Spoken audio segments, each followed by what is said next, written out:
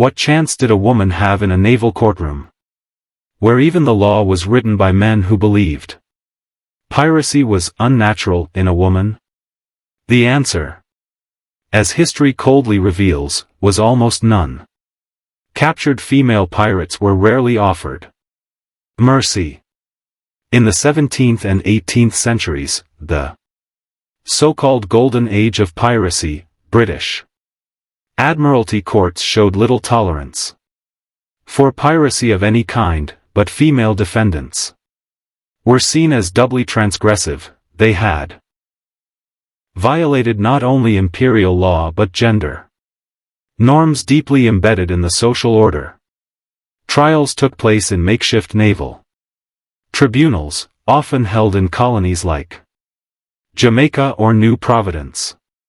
These courts operated without juries, and the outcomes were typically predetermined. The legal process was swift, but not without theatrics. Testimonies were gathered from ship captains, naval officers, and, at times, frightened sailors who feared their own association with piracy. The accused had few legal rights, and Bonnie and Mary Red, two of the most notorious female pirates in history, stood trial in 1720 in Spanish Town, Jamaica. According to the official court transcript, when Bonnie was condemned to death, she retorted bitterly to her lover, "Calico Jack, if you had fought like a man, you need not have been hanged like a dog." Their defense? Pregnancy. Known as pleading the belly, it was one of the few legal protections afforded to women. In Bonnie and Reed's case, it worked, temporarily. But most female pirates did not share their luck. Many faced their verdicts in silence, knowing the court had already judged them guilty long before they ever spoke. Hanged at execution dock for piracy. The river rolled silently past Wapping, but the cries of the crowd shattered the morning calm.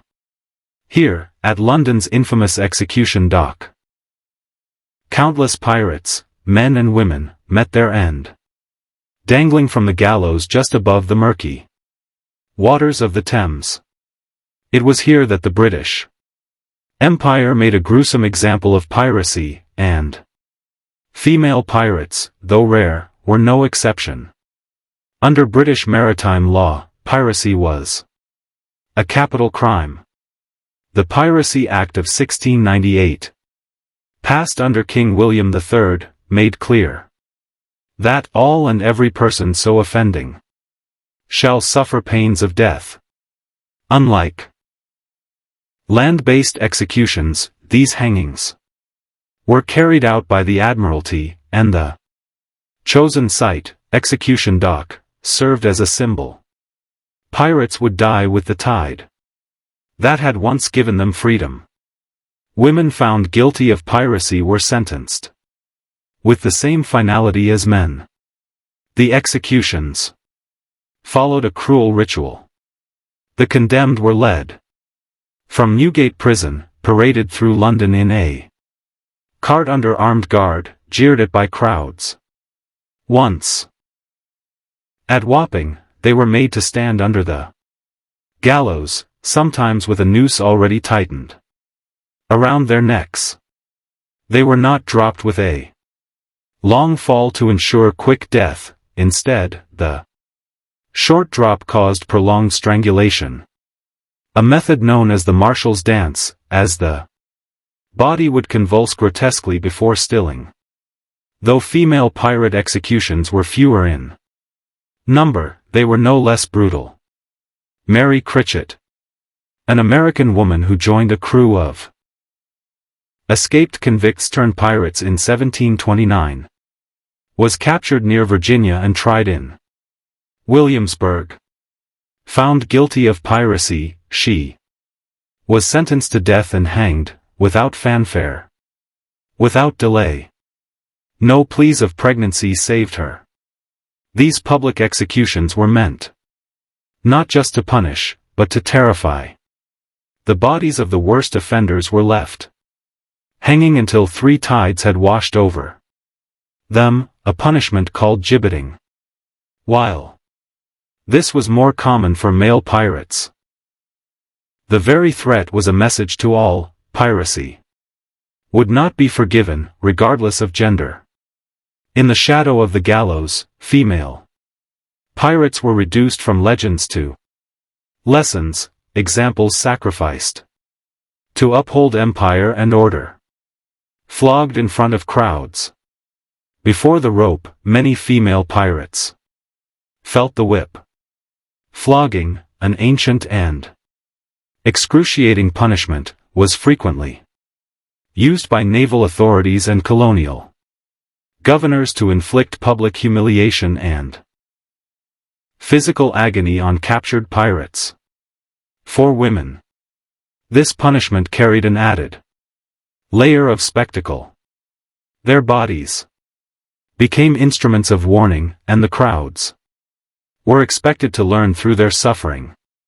Flogging was typically administered with the cat-o'-nine-tails, a brutal whip of knotted cords capable of tearing flesh with each strike. Sentences could range from 12 lashes to over 100, depending on the severity of the offense and the decision of the court. The punishment was carried out publicly, often on the docks or outside the prison gates, where townspeople, including women and children, would gather to witness the spectacle. In 1720, and Bonnie and Mary Red, after their capture by Jamaican authorities, were reportedly kept in deplorable conditions and subjected to harsh treatment even before their trial. Though there's no direct record of flogging being used on them during imprisonment, female pirates in other colonies, such as those captured off the coast of the American colonies or the West Indies, were routinely flogged as part of their sentencing or to force confessions. For naval authorities, the flogging of female pirates served 2 purposes: deterrence and degradation. Women who had dared to lead or fight aboard ships were brought low before the public eye, their blood mingling with salt air and cobblestones. These punishments were not just about justice, they were about control and the spectacle of pain ensured. The message reached far beyond the gallows. Forced into concubinage or slavery. Not every captured female pirate was marched to the gallows. In some cases, particularly in colonial ports of the Caribbean, West Africa, and the Americas, women were not executed, but instead forced into lives of concubinage, coerced labor, or slavery. However, direct evidence of this fate specifically for female pirates is sparse. Historians acknowledge that while piracy was a male-dominated domain, women involved in piracy could meet a wide range of ends, depending on their nationality, race, class, and the discretion of colonial authorities. In the Spanish and Portuguese colonies, where the lines between piracy, privateering, and slavery often blurred, captured women aboard pirate ships, especially those of African or indigenous descent, were sometimes sold into bondage, regardless of their status as crew members or captives. Archival records from Portobello and Cartagena during the late 17th century describe women taken from pirate ships and processed as spoils of war. Moreover, black and mixed-race women found aboard vessels were frequently assumed to be enslaved.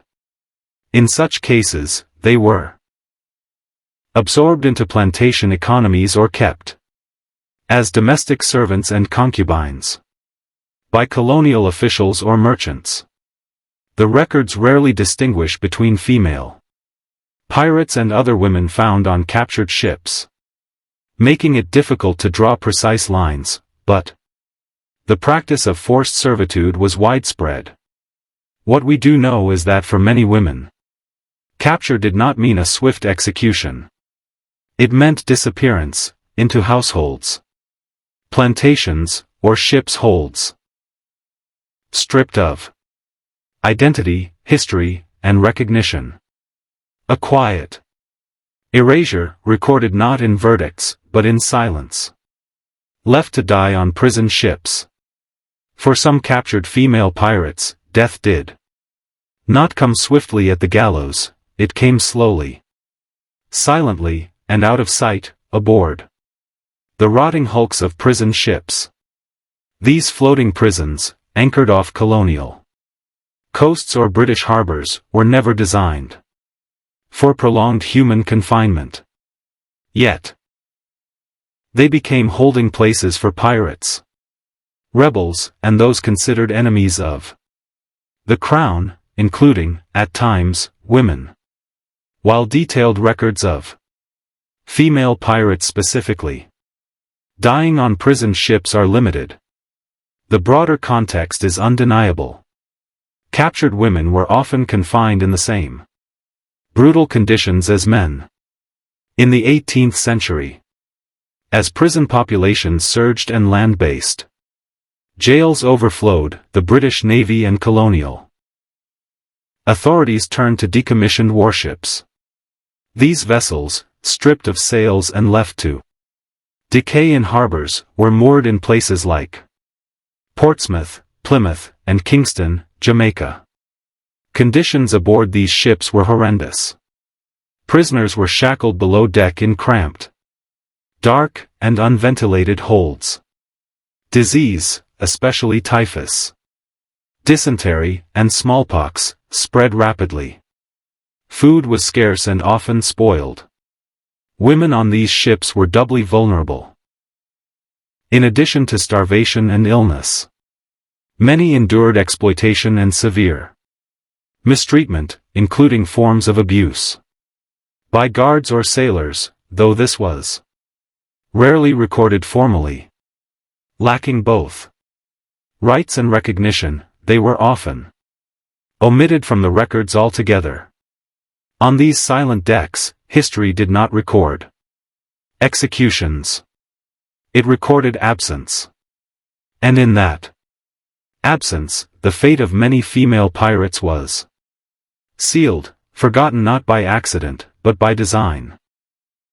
Their punishments were not just sentences, they were instruments of fear, gendered power, and imperial control. The fate of female pirates revealed how deeply the maritime world feared women who defied it. These stories still echo in the silence of prison ships and the shadows of gallows. What does their erasure from history say about power, justice, and who is remembered? Comment below.